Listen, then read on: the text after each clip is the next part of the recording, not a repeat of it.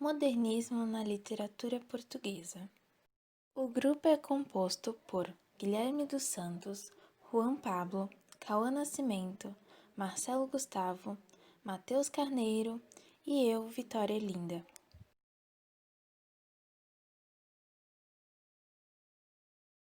O que é o modernismo?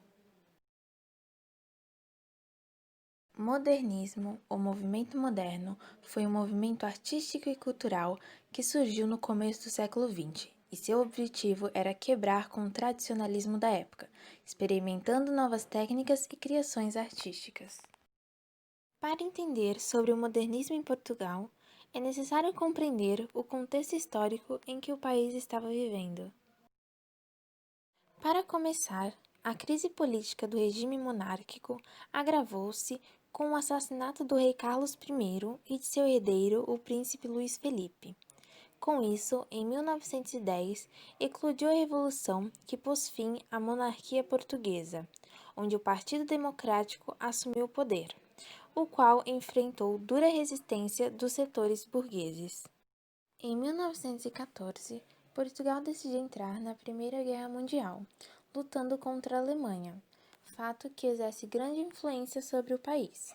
Mesmo com todo o avanço tecnológico presente na época, o país passava por grande instabilidade interna, e é nessa instabilidade que nasce a escola literária Modernismo, em 1915, com a publicação da revista Orfeu, que visava romper com o passado. Em meio a este movimento, o país revelava grande declínio econômico, social e político, rastros deixados após a guerra. Com isso, em 1926, setores militares, a burguesia e o clero se unem em um golpe militar, o qual durou até os anos de 1933. A primeira geração modernista, geração Orfeu, surge em meio a toda esta conturbação do país, mostrando seu declínio e representando o desajuste social e cultural. Além disso, tinha como objetivo criticar a burguesia. Após esse período, as coisas se acalmam e surge a segunda geração do movimento moderno, através da publicação da revista Presença, movimento qual denomina-se presencismo, onde consolidou-se as bases literárias dessa nova fase.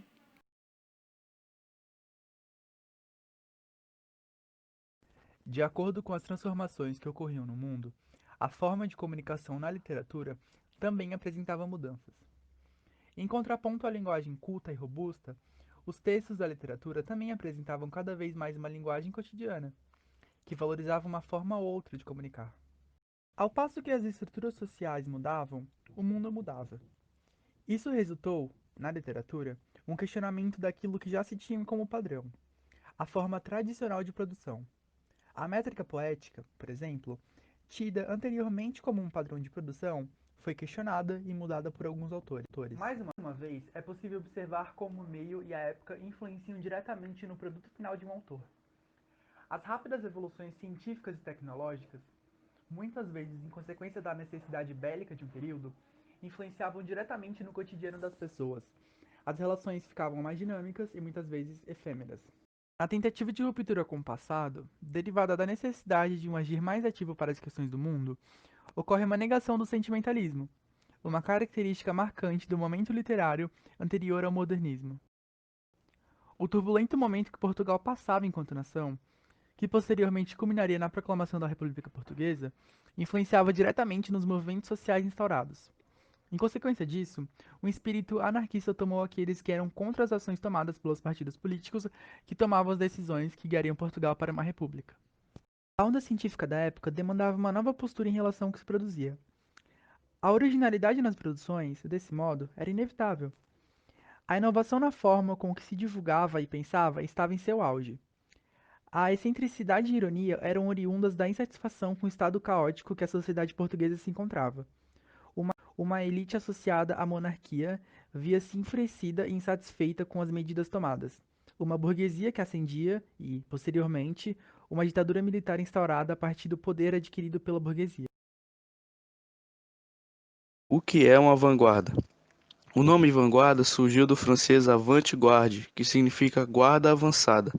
Uma vanguarda nada mais é que um movimento artístico As vanguardas surgiram junto com o modernismo, com a ideia de revolucionar o meio artístico-cultural da Europa no início do século XX.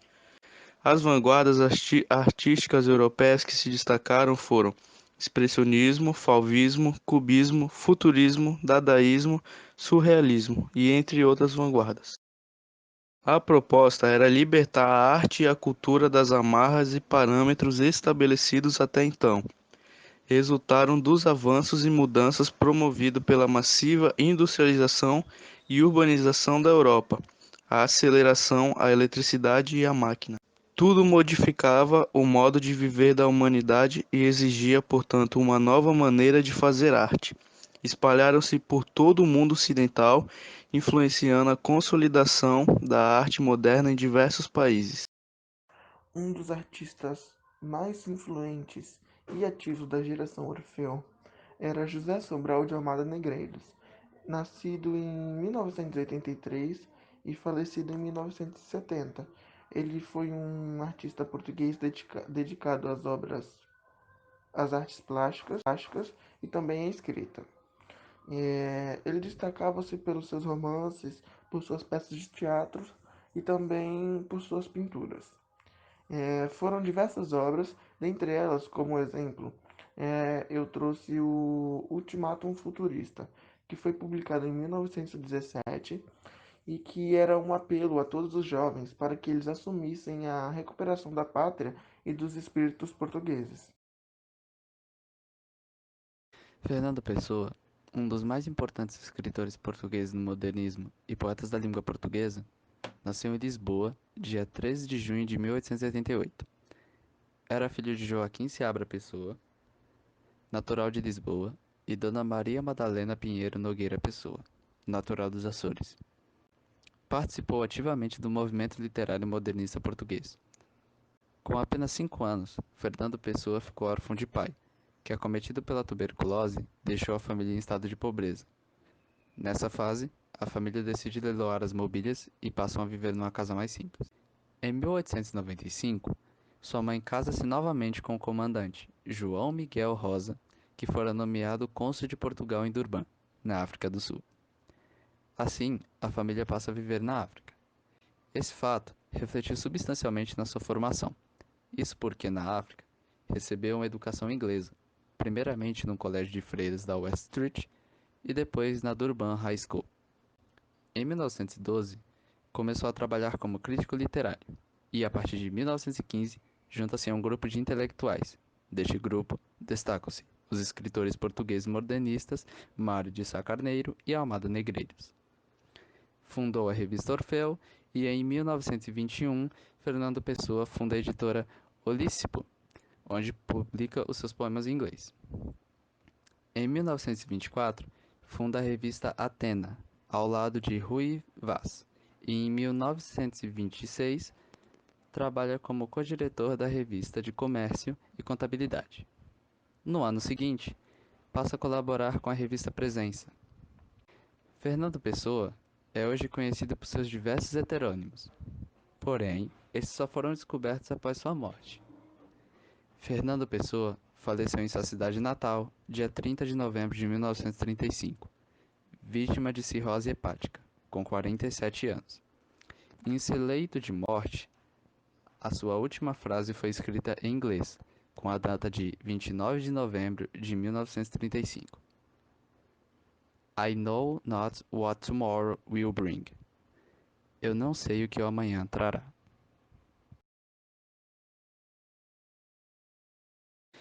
Suas principais obras são Livro do Desassossego. É um livro sobre as sensações de um homem que encontrou o contraponto da vida mecanicamente vivida, do cansaço e da poesia, descrevendo com muita lucidez. Ficções do Interlúdio, Para Além do Outro Oceano. Está assinado por Coelho Pacheco e tem a seguinte dedicatória: A memória de Alberto Caeiro. Pessoa e o Fado, um depoimento de 1929.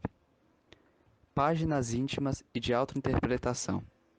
A Barca e Liberdade. Mário de Sá Carneiro foi um cara que nasceu em Lisboa, Portugal, no dia 19 de maio de 1890. Com a morte da sua mãe, foi deixado aos cuidados dos avós, na Quinta da Vitória, freguesia de Camarate, nas arredores de Lisboa.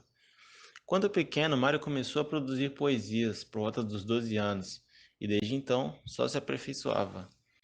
Em 1911, aos 21 anos, foi para Coimbra, e um ano depois, em 1912, conheceu seu melhor amigo, Fernando Pessoa. Em 1915, ajudou a fundar a revista Orfeu, com Fernando Pessoa e Almada Negreiros, que deu início ao primeiro grupo modernista português. Mário foi importante porque era um dos que bancavam a revista. Em suas poesias exprimia todas as suas dificuldades, pois tinha aderido a correntes de vanguardas. Transbordava a melancolia, o narcisismo, a frustração e o sentimento do abandono.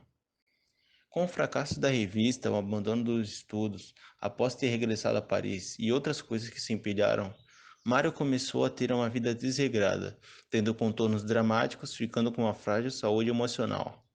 Nesse momento, começou a mandar cartas para Fernando Pessoa, sempre relatando o desejo de suicídio.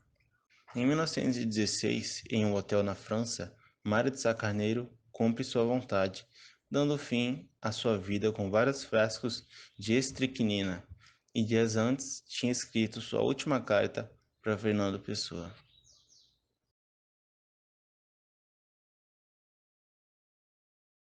E aqui temos algumas obras de Mário de Sá Carneiro. Temos poemas como Poemas Sem Suporte, Dispersão, contos como Princípio, Céu e Fogo, novelas como A Confissão de Lúcio, carta como Meu Querido Amigo. E essa carta é uma carta importante porque foi a última carta que Mário de Sá Carneiro escreveu para Fernando Pessoa. Essa carta diz o seguinte: a menos de um milagre, na próxima segunda-feira, 3, ou mesmo na véspera, o seu Mário de Sá Carneiro tomará uma forte dose de estricnina e desaparecerá deste mundo. É assim, tal e qual, mas custa-me tanto escrever esta carta, pelo ridículo que sempre encontrei nas cartas de despedida.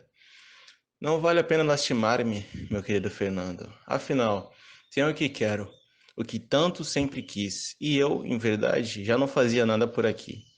Já dera o que tinha a dar. Eu não me mato por coisa nenhuma. Eu mato-me porque me coloquei pelas circunstâncias. Ou melhor, fui colocado por elas, numa aura temeridade, numa situação para a qual, a meus olhos, não há outra saída. Antes assim, é a única maneira de fazer o que devo fazer. Vivo há 15 dias uma vida como sempre sonhei.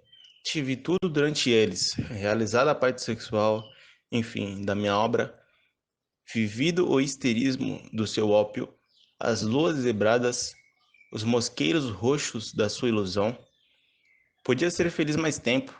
Tudo me corre, psicologicamente, às mil maravilhas, mas não tenho dinheiro. Manifesto anti-Dantas e por extenso. Basta pum basta. Uma geração que consente deixar-se representar por um Dantas é uma geração que nunca o foi. É um coio de indigentes, de indignos e de cegos. É uma resma de charlatães e de vendidos. E só pode parir abaixo de zero. Abaixo a geração. Morro, Dantas, morra. Pim! O Manifesto anti-Dantas e por extenso foi escrito por José de Almada Negreiros na revista Orfeu para quebrar com a visão conservadora de Dantas. Dantas era um médico do período com pensamentos conservadores e arcaicos.